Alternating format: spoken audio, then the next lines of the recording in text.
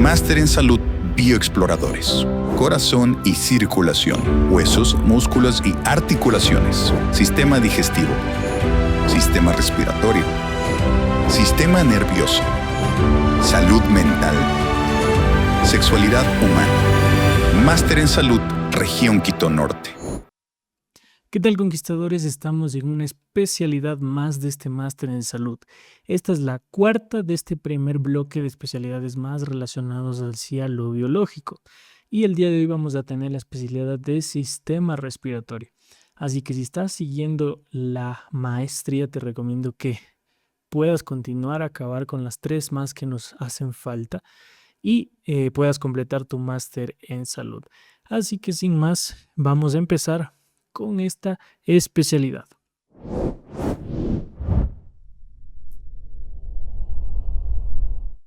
Bien, como te dije, vamos a tener el día de hoy la especialidad del sistema respiratorio, ¿no? Una especialidad súper sencilla que vamos a ver el día de hoy. Así que bien, para comenzar quiero leer un pequeño... vamos a hacer la pregunta que hemos estado realizando también en los en vivos de la transmisión que sí realizó de este máster. Y tenemos una pregunta cada día. Así que si tú te la sabes o la recuerdas, déjala en los comentarios. Y la pregunta dice, ¿qué mosquito transmite la fiebre amarilla? Es un famoso mosquito, así que déjala en los comentarios a ver si es que te lo sabes. Bien, vamos a comenzar ahora sí con un versículo que se encuentra en Salmo 139:13 que dice lo siguiente. Porque tú me formaste mis entrañas, tú me hiciste en el vientre de mi madre, te alabaré, porque formidables y maravillosas son tus obras. Estoy maravillado y mi alma lo sabe muy bien. Este versículo es muy bonito porque nos recuerda algo muy importante. No somos hechos por casualidad. Cada parte de nuestro cuerpo, nuestros sistemas, nuestros órganos fueron inteligentemente diseñados por nuestro Creador, quien es Dios. Así que esa es una muy buena noticia a creer que simplemente somos producto de la casualidad, ¿no? Somos un diseño muy, muy inteligente por parte de Dios. Y el día de hoy vamos a ver esta parte, cómo ha sido desarrollada de nuestro sistema respiratorio. Así que para comenzar vamos a tener las funciones de este sistema que dice lo siguiente. Su principal función obviamente es de la respiración, ya que vamos a tener 2 niveles de respiración. Tenemos la respiración pulmonar y por otra parte también tenemos la respiración celular. La respiración pulmonar sucede en los pulmones, pero es de la primera parte de esta respiración en complemento, ya que en los pulmones se va a dar este intercambio de gases en donde entra el oxígeno y sale el dióxido de carbono para poder llevarlo nuevamente hacia los demás tejidos que lo necesitan y otra vez poder realizar las demás funciones en todo nuestro cuerpo. Así que ahí empieza la respiración pulmonar y la respiración celular se da obviamente ya en cada tejido, en cada célula, donde este oxígeno que ingresó por los pulmones viaja por el torrente sanguíneo, llega hacia las células y también se da este intercambio y dentro de la célula se realiza todo el ciclo de Krebs, un montón de ciclos y procesos para obtención de energía a través de este oxígeno.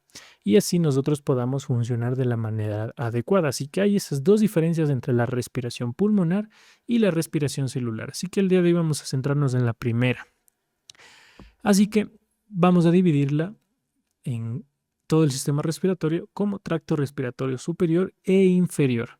Y vamos a empezar viendo qué partes la componen del tracto respiratorio superior. Primero, obviamente tenemos a la nariz, que es el lugar donde naturalmente ingresa el aire y está compuesta de cartílago, de hueso también, con la intención obviamente de que esto no se colapse y que tengamos las fosas nasales bien abiertas para que entre el aire suficiente a nuestro cuerpo. Y también en el interior encontramos varios pelitos que son cortos y gruesos que nos ayudan para 2 cosas. Primero, frenan como barrera a que básicamente las cosas, podríamos decir las cosas más gruesas no entren, como partículas de polvo, algún objeto extraño, etc. Y por otra parte también nos ayuda a calentar el aire, ya que si sería muy frío, nuestro organismo también se enfriaría por culpa del sistema respiratorio, pero en esta parte se calienta ya que tenemos bastantes vasitos alrededor de la entrada de la nariz. Por eso también es muy frecuente cuando a las personas nos puede salir sangre de la nariz, que se conoce como epistaxis, es por esa red de vasitos de sangre que ayudan a calentar también el aire que entra. Y también produce moco, producimos moco ya desde esta parte del sistema respiratorio, que es con esa misma intención de protección, ¿no? De que todos esos materiales que no son aire, que vienen en polvo, vienen en diferentes partículas, se queden ahí pegados en el moco y no ingresen y nos hagan daño, ¿no? Luego, continuamos con los senos paranasales, que son básicamente unas cavitaciones dentro del hueso, de los diferentes huesos de la cara. Como pueden ver en la imagen, tenemos varios senos paranasales que son orificios dentro del hueso, como ya dije, pero también están recubiertos por mucosa por dentro y crean estas celdas neumáticas, o sea, llenas de aire, que principalmente se desarrollan a través de nuestra vida y cuando ya somos adultos están totalmente desarrolladas.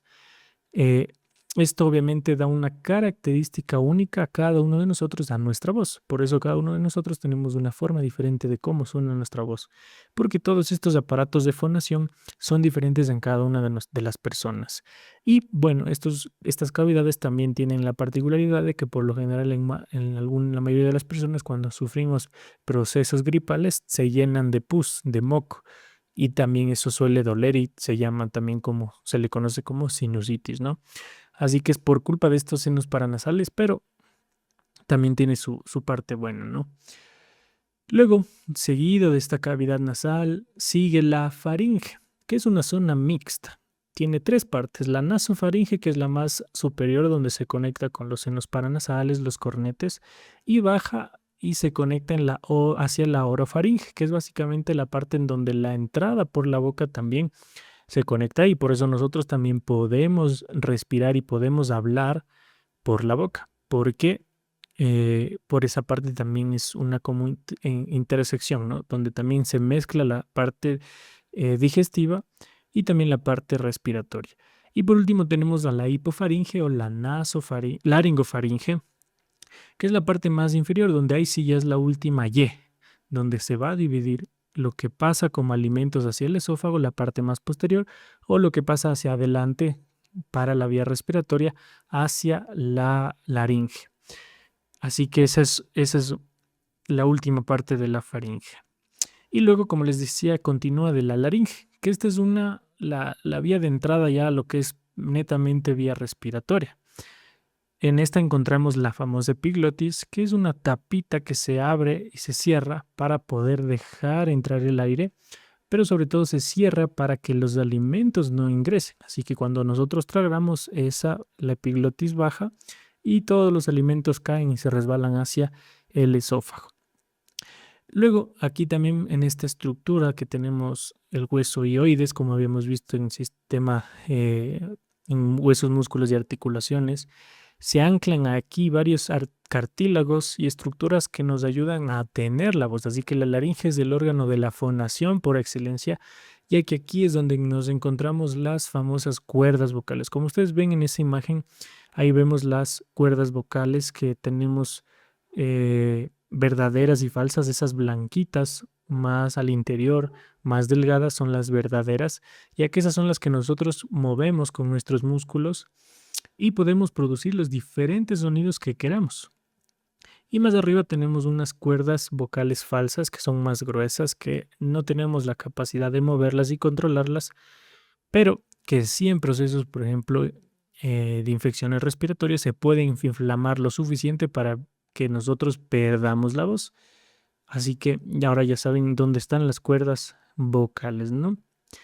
Y luego a continuación tenemos la última parte del sistema respiratorio superior, que es la tráquea, que es básicamente un tubo ancho, cartilaginoso, con cartílagos en forma de sella, que en la parte posterior no está cerrado, ya que atrás se encuentra el esófago, pero es lo suficientemente rígido para que se mantenga permeable, o sea, siempre esté abierto lo suficiente para que por ahí pueda entrar el aire que necesitamos respirar. Así que se compone de varios anillos y es una parte recta y gruesa por donde entra el aire.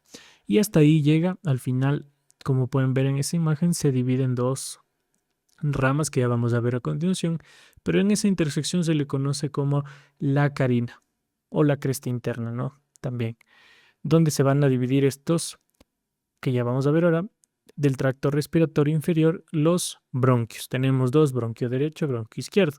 Y estos, como pueden ver en la imagen, se van a ir subdividiendo en diferentes bronquios por diferentes localizaciones. Cada uno tiene incluso su nombre específico que no viene al caso, pero lo que ustedes deben saber que básicamente se parece a un árbol, ¿no? Porque se va ramificando y cada vez se va haciendo más delgado, así como que si fueran unas raíces o como que si fuera la copa de un árbol, ¿no? Por eso se le llama árbol respiratorio. Y que también contienen estos cartílagos. Donde ya llegamos y ya no encontramos cartílagos porque es muy delgadito, es en el bronquiolo. Aquí ya no tenemos cartílago, pero el bronquiolo es la unidad respiratoria. Mide al menos de 1 milímetro y está compuesto del bronquiolo que con diferentes sacos alveolares, que también ya vamos a ver a continuación, pero son varios los que se conectan a este bronquiolo terminal. Y luego tenemos estos alvéolos que están unidos en sacos alveolares, que tenemos alrededor de 300 millones. Son únicos, no se regeneran, por eso tenemos que cuidar muy bien nuestros pulmones, porque no se van a volver a regenerar. Pero estas son como bolsitas redondeadas que tienen una abertura por donde entra y sale el aire y que tienden a colapsarse. Son unas fundas delgaditas. Como pueden ver en esa imagen es súper delgadita en esos como bolitas, ya les explico por qué se ve así. Pero estas se pueden colapsar, se pueden cerrar cuando se llenan, por ejemplo, de líquido en neumonías y no nos permite respirar. O cuando los bebés recién nacidos prematuros no tienen por dentro hay una capita que se llama el factor surfactante que evita que la tensión superficial del agua junte y colapse los alvéolos y los mantiene abiertos, ya que es como una grasita. Así que por eso se ve así como en la imagen de abajo, todo abierto como un panal de abejas, ¿no? ¿Y por qué se ve así tan irregular? Es porque estos alvéolos son muy elásticos, pueden inflarse cuando entra el aire y cerrarse cuando sale, porque el pulmón es muy elástico. Al tacto, cuando nosotros en medicina nos hacen tocar los órganos, se siente como que si fuera una esponja, ya que el pulmón tiene esa estructura, ¿no? Y esa capacidad para poder entrar el aire y podamos respirar. Y así pueden ver en la imagen de abajo cómo se ve al microscopio la parte interna de los alvéolos. Así que todos estos alvéolos, bronquios, el árbol bronquial, todo eso en conjunto forman el pulmón, que es el órgano obviamente principal de la respiración. Pero como pueden ver en esta imagen, hay diferencias, tanto en el derecho como en el izquierdo. El derecho es un poco más grande porque, como recordarán cuando vimos la especialidad de corazón, el corazón está ubicado hacia la región, desde la parte central hacia la región izquierda, por lo que nuestro pulmón derecho es el más grande y el pulmón izquierdo es un poco más pequeño y también tiene solo 2 lóbulos. Como pueden ver en esta imagen hay una línea que cruza y divide el lóbulo superior y el lóbulo inferior al pulmón izquierdo. Pero en el derecho tenemos 3, ya que es un poco más grande, tenemos el lóbulo superior, el lóbulo anterior y el lóbulo posterior. Y obviamente, como ya les repetí, ese es un poquito más grande. Y bueno, en toda la parte respiratoria de todos estos órganos y partes que hemos visto, hay una célula muy importante.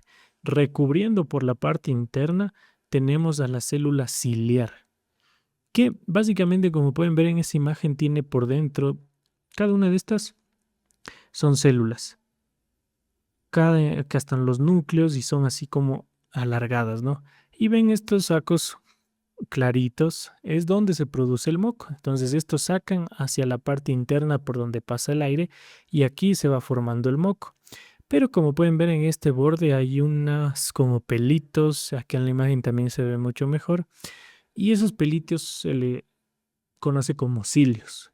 Y son tan importantes porque eso hace que todo ese moco que se produce salga para afuera, salga para afuera.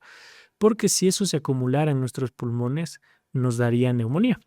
Pero ese mecanismo es de defensa, ya que el moco se produce, atrapa todas las partículas de polvo, virus, bacterias y estos pelitos lo van sacando y por eso nosotros formamos moco.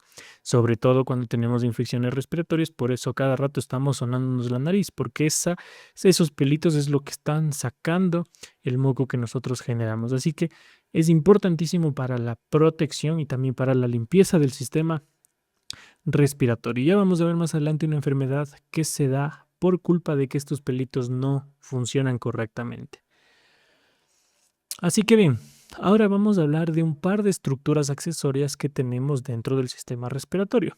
Primero, vamos a hablar acerca de la pleura, que es una como funda cerrada, una cavidad que se forma por esta como bolsita que recubre al pulmón y recubre, dando la vuelta, también el tórax por la parte de adentro. Entonces así tenemos una bolsita que sería una cara parietal, que es la que se pega hacia las costillas, hacia el tórax por dentro.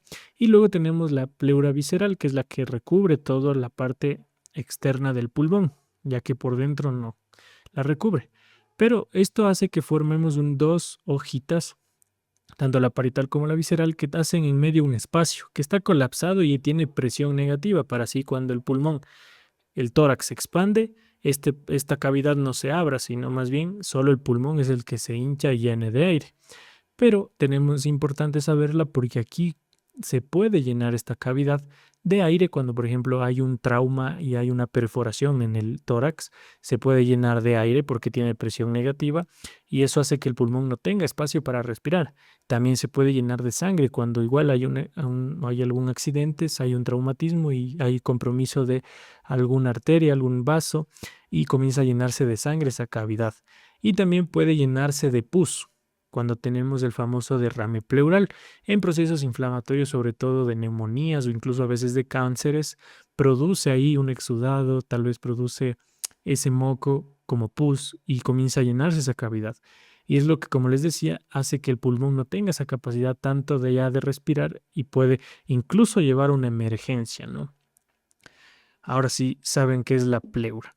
Y luego tenemos el músculo encargado de la respiración. El músculo principal es el famoso diafragma. Tal vez no lo conocían de vista, tal vez lo habían escuchado, pero básicamente el que tienen en pantalla es el diafragma, que es un músculo bastante grande, que tiene forma de paracaídas, se ancla hacia la columna, se ancla y se pega en el borde de las costillas para poder nosotros inspirar y respirar. En condiciones normales estamos respirando normalmente, pero si nosotros quisiéramos forzar la respiración, también lo podemos hacer gracias a este músculo porque es muy, muy poderoso.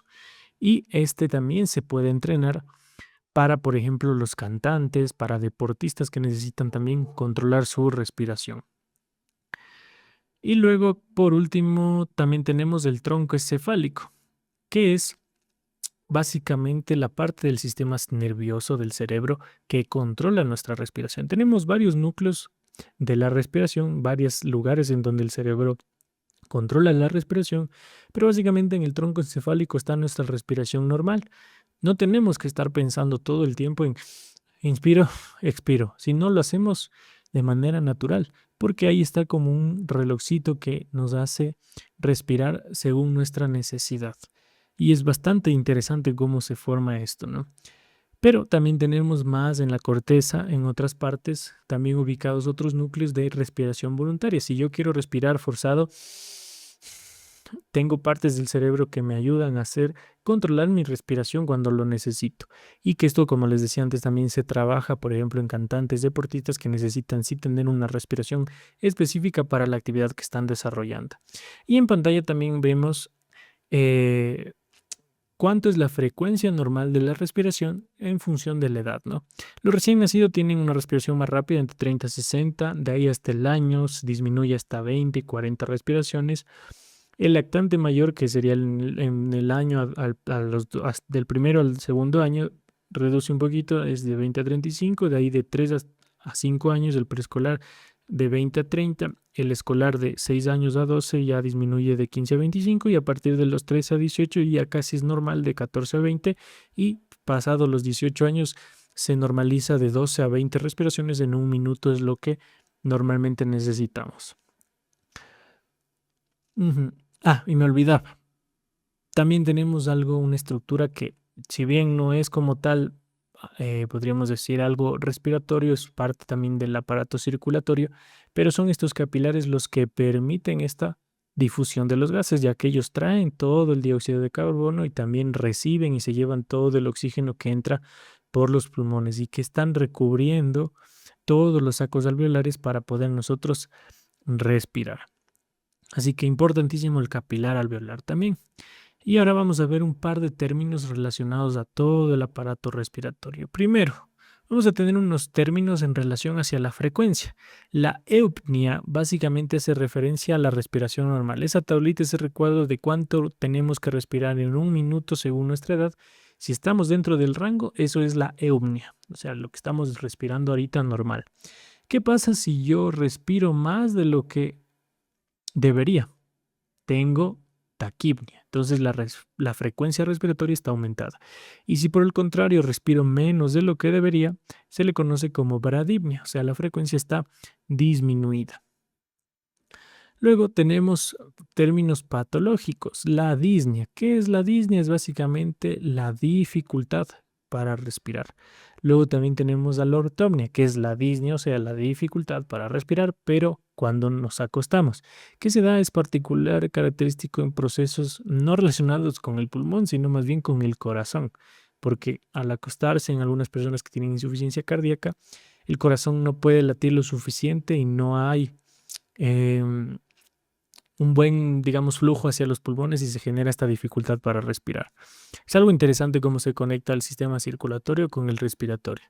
Pero también tenemos el apnea, que todos habrán escuchado y piensan que es el ronquido. Pero el ronquido, ese no es la apnea. El apnea, perdón, el ronquido se produce después del apnea. La apnea es la ausencia de la respiración por más de 20 segundos. Y es ahí donde principalmente cuando estamos dormidos colapsa nuestra vía aérea y no entra aire, no está entrando aire. Y este núcleo del cerebro que yo les contaba que controla la respiración de manera automática, se da cuenta de que no está entrando sangre al oxígeno y fuerza la respiración y entra un ronquido, ¿no? Entra una respiración forzada que se escucha como ronquido. Pero lo que realmente es la apnea es el periodo en donde no suena el ronquido, ese periodo en donde la persona que está dormida no está respirando y genera a futuro muchos problemas incluso de la presión del corazón porque durante las noches fuerza mucho el sistema también cardiovascular. Entonces ahora ya saben, ¿no? La apnea es el periodo de ausencia de la respiración por más de 20 segundos.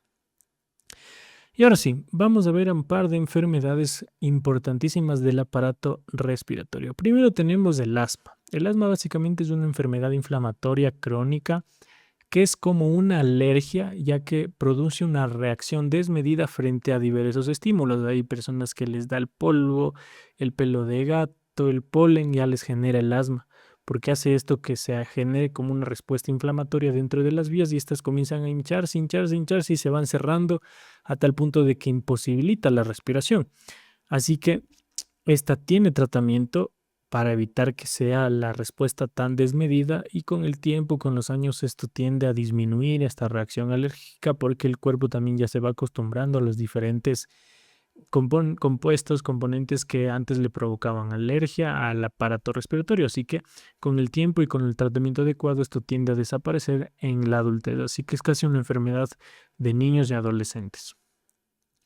Luego tenemos la tuberculosis, que es una infección bacteriana crónica igual que sí hay en el Ecuador y que está causado por una bacteria que se le conoce como el Mycobacterium tuberculosis. Esta se transmite por gotas aéreas, o sea, directamente una persona que tiene la enfermedad habla de frente conmigo y en esas gotitas respiratorias me contagian estas bacterias. Por eso se le conoce como transmisión aérea. Y esto produce una sintomatología de una tos crónica, tos que dura meses, fiebres esporádicas, pérdida de peso y a veces también incluso tos con hemoptisis se le conoce, que es una tos con sangre. Y el tratamiento de ya que es una bacteria que lesiona el pulmón y hace como unos gránulos fibrosos dentro del pulmón y se enquista dentro del pulmón, hace que el tratamiento sea bastante largo, ya que los medicamentos no pueden acceder fácilmente a estos lugares, por lo que estos tratamientos suelen durar varios meses, incluso a veces años, y con varios medicamentos que si yo dejo de tomar o no completo el tratamiento y la enfermedad continúa y no desaparece, me toca empezar otro esquema más complejo todavía, incluso a veces con inyecciones diarias. Así que sí es una enfermedad que es un poquito compleja de tratar, pero que sí hay tratamiento. Luego tenemos a la neumonía, que básicamente es una complicación de una infección respiratoria.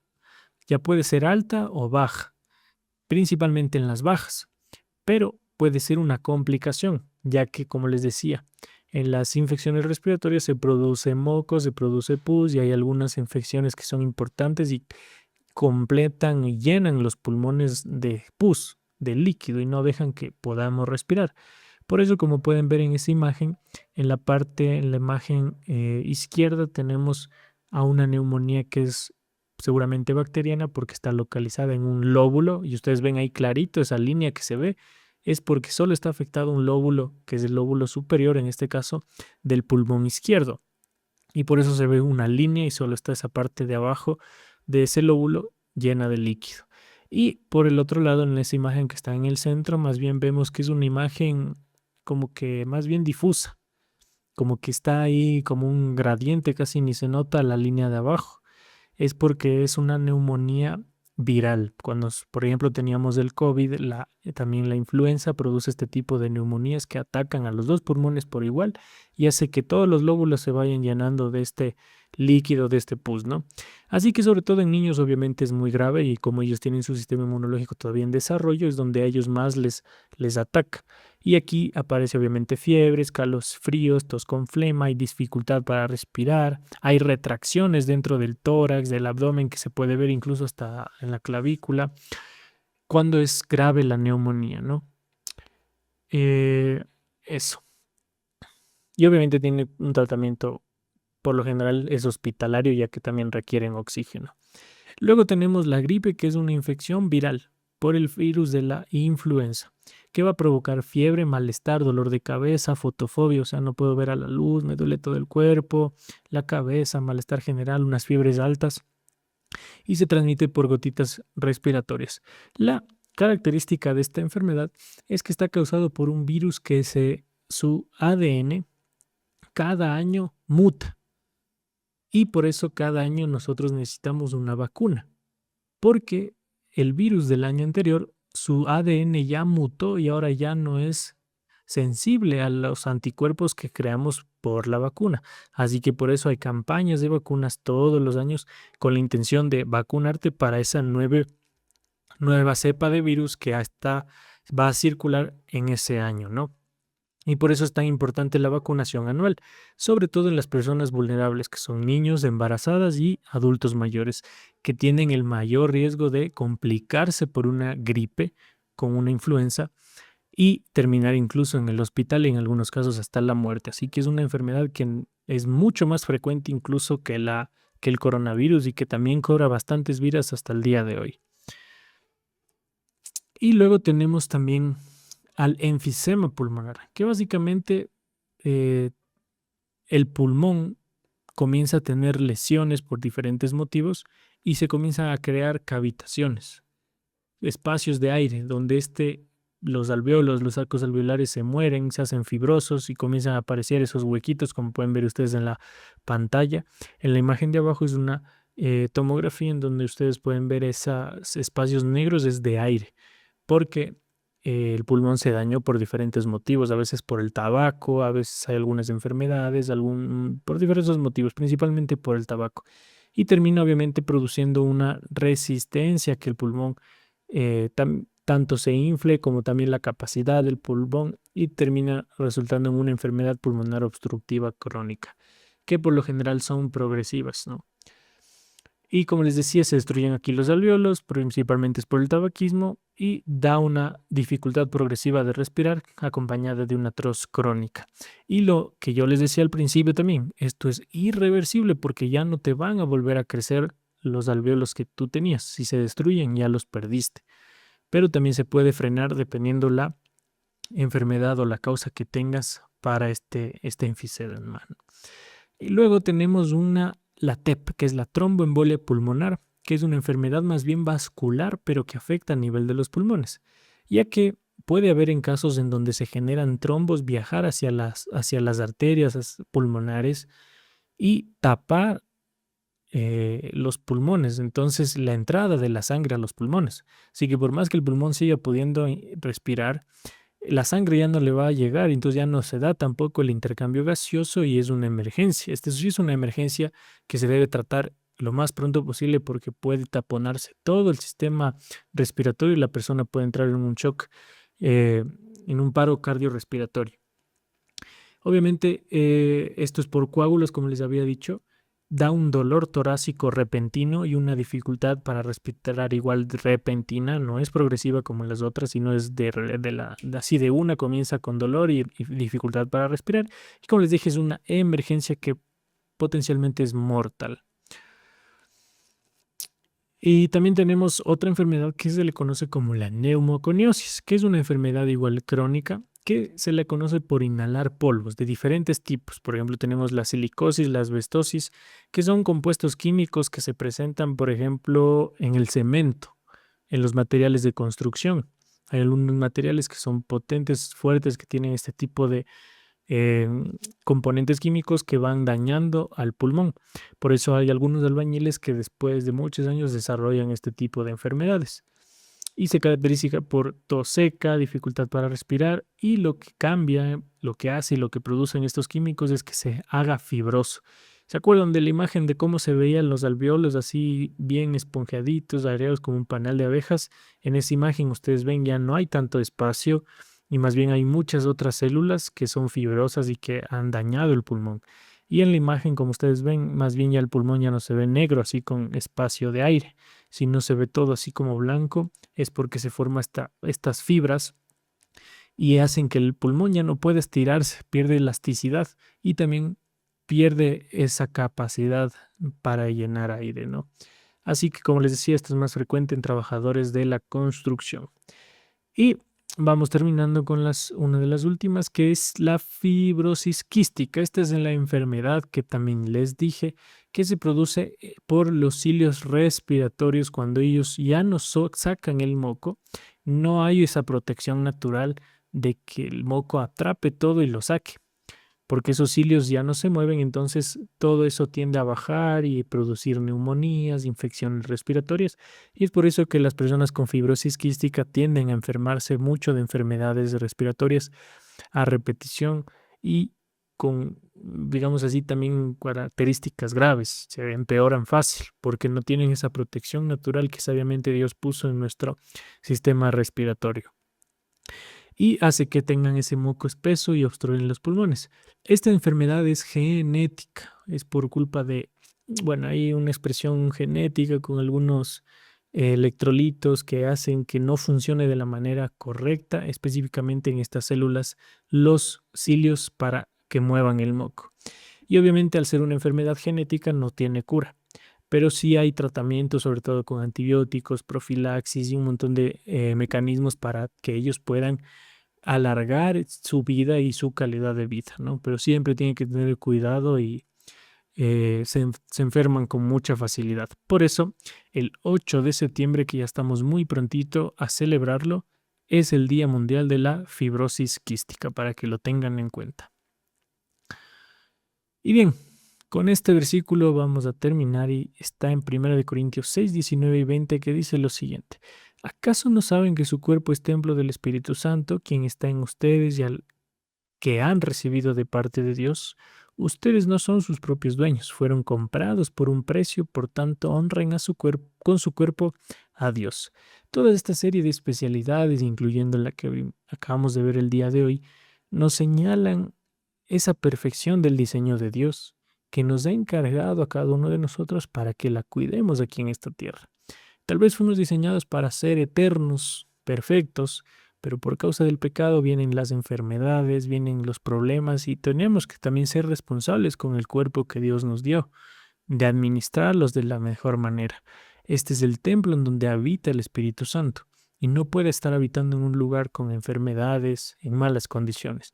Así que seamos conscientes y que todas estas especialidades más biológicas que hemos visto, estas 4, te sirvan para saber cómo cuidar tu cuerpo y también cómo enseñar a los demás a que esté en mejor estado el templo del Espíritu Santo.